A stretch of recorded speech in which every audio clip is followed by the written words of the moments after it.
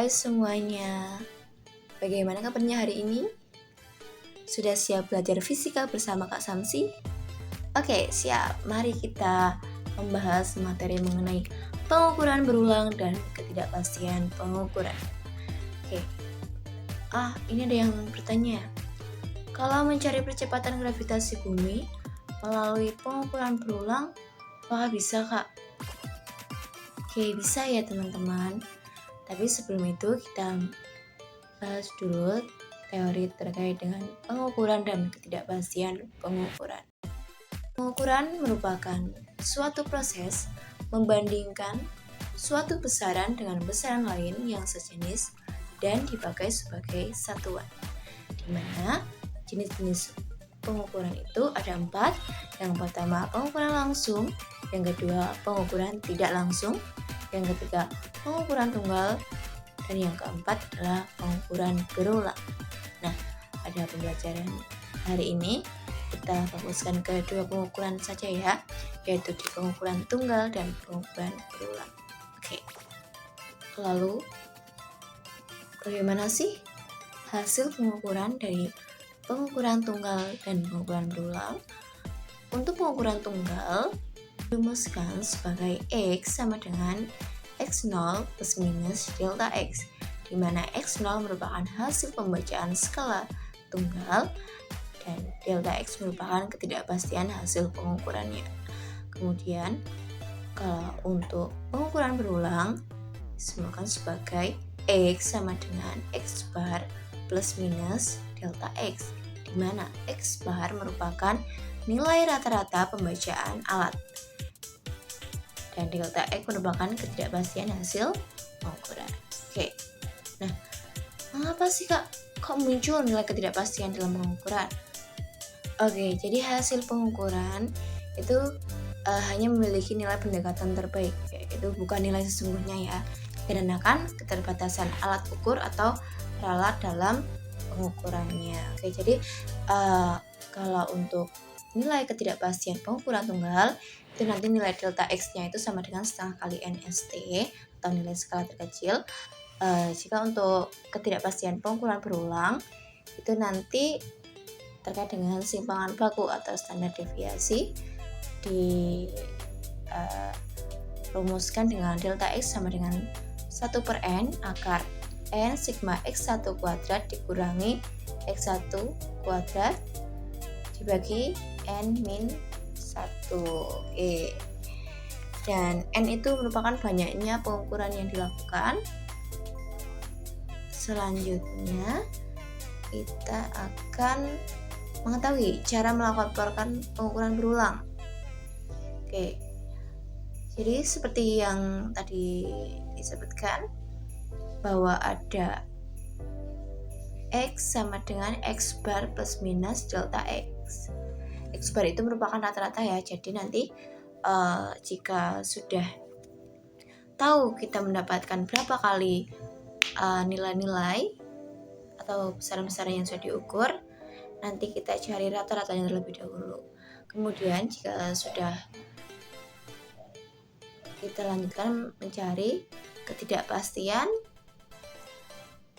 pengukurannya dengan cara seperti yang tadi, yang delta X sama dengan 1/n dikali akar n sigma X1 kuadrat dikurangi X1 kuadrat per n 1. Kemudian ada namanya ketidakpastian relatif. Jadi ketidakpastian relatif itu merupakan perbandingan antara ketidakpastian mutlak dengan nilai rata-rata dalam pengukuran berulang. Di ketidakpastian relatif itu dicari menggunakan persamaan delta X per X bar dikali 100%. Kemudian untuk penafsiran ketidakpastian pengukuran ada 2, ketidakpastian mutlak dan ketidakpastian relatif. Ketidakpastian mutlak dapat digunakan untuk menentukan ketepatan hasil pengukuran. Jadi semakin kecil harga ketidakpastian mutlak, maka semakin tepat hasil pengukurannya dan sebaliknya. Kemudian ada ketidakpastian relatif. Jadi ketidakpastian relatif merupakan hubungan dengan ketelitian pengukuran. Oke. Semakin kecil harga ketidakpastian relatif suatu pengukuran, maka semakin teliti pengukuran tersebut. Kemudian untuk nilai ketidakpastian relatif terdapat beberapa aturan terkait dengan jumlah angka yang dilaporkan dalam pengukuran berulang. Yang pertama, jika ketelitian relatifnya sekitar 10%, maka kemungkinan dapat 2 angka. Kemudian jika ketidakpastian relatifnya sebesar 1%, maka kemungkinan dapat 3 angka. Dan kemudian jika ketidakpastian relatifnya sekitar 0,1%, maka memungkinkan 4 angka. Oke, kita lanjut terkait dengan sumber ketidakpastian pengukuran, yaitu adanya nilai skala terkecil atau NST. Yang kedua, adanya ketidakpastian bersistem. Yang ketiga, adanya ketidakpastian acak. Dan yang keempat, keterbatasan pengamat atau paralaks. Selanjutnya, kesalahan dalam pengukuran, yaitu ada kesalahan umum, kesalahan sistematik, dan kesalahan acak. Kesalahan umum adalah kesalahan yang disebabkan keterbatasan pada pengamat saat melakukan pengukuran. Kemudian kalau kesalahan sistematik itu merupakan kesalahan pengukuran yang disebabkan oleh ketidaktepatan sistem pengukuran tersebut. Di sini kesalahan sistematik ada 4, yaitu kesalahan komponen alat, kesalahan kalibrasi, kesalahan titik nol, dan kesalahan paralaks. Yang selanjutnya adalah kesalahan acak. Kesalahan acak merupakan kesalahan dalam pengukuran yang memungkinkan nilai-nilai dari besaran yang diukur menjadi tidak konsisten ketika pengukuran tersebut diulang, di mana kesalahan acak antara lain gerak bron molekul udara, fluktuasi tegangan listrik, landasan yang bergetar, noise atau bising, dan radiasi. Langkah menghindari kesalahan dalam pengukuran. Yang pertama, memilih alat yang lebih peka. Yang kedua, melakukan kalibrasi sebelum digunakan. Yang ketiga, melakukan pengamatan dengan posisi yang tepat. Yang keempat, tentukan angka taksiran yang tepat. Oke, selanjutnya kita akan mencoba pengukuran berulang melalui percobaan bandul sederhana untuk menentukan percepatan gravitasi bumi. Oke, sambil menunggu silakan boleh scan barcode yang ada di layar ya. Jika sudah, mari kita siapkan untuk alat dan bahannya. Yang pertama ada tali, yang kedua ada bandul dengan beban 50 gram, yang ketiga ada stopwatch, yang keempat penggaris, yang kelima busur, dan yang keenam penjepit atau statik.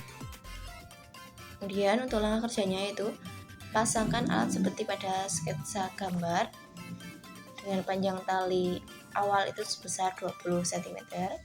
Kemudian ayunkan bandul dengan simpangan 20 derajat.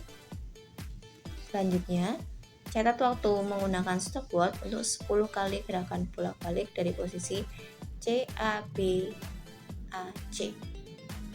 Kemudian ulangi percobaan untuk panjang tali 25 cm, 30 cm, 35 cm, dan 40 cm.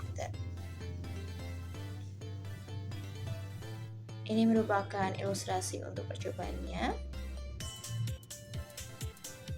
Berikut ini merupakan data hasil pengamatan yang diperoleh, bisa dilihat di layar. Kemudian untuk rata hasil gaya gravitasi bumi melalui percobaan bandul sederhana dengan persamaan G bar sama dengan sigma G per N diperoleh hasil sebesar 9,60909 meter per sekon kuadrat.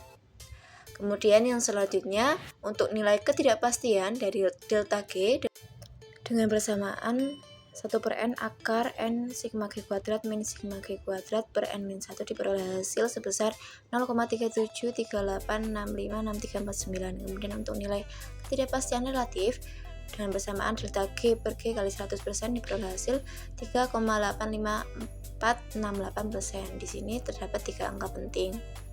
Maka diperoleh untuk hasil pengukuran dengan bersamaan G sama dengan G plus minus delta G sebesar 9,61 plus minus 0,374 meter per sekon kuadrat.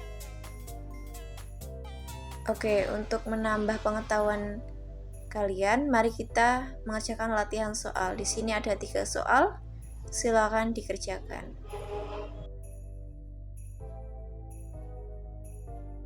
Baik, sekian dari saya, kurang lebihnya mohon dimaafkan. Thank you. See you next time.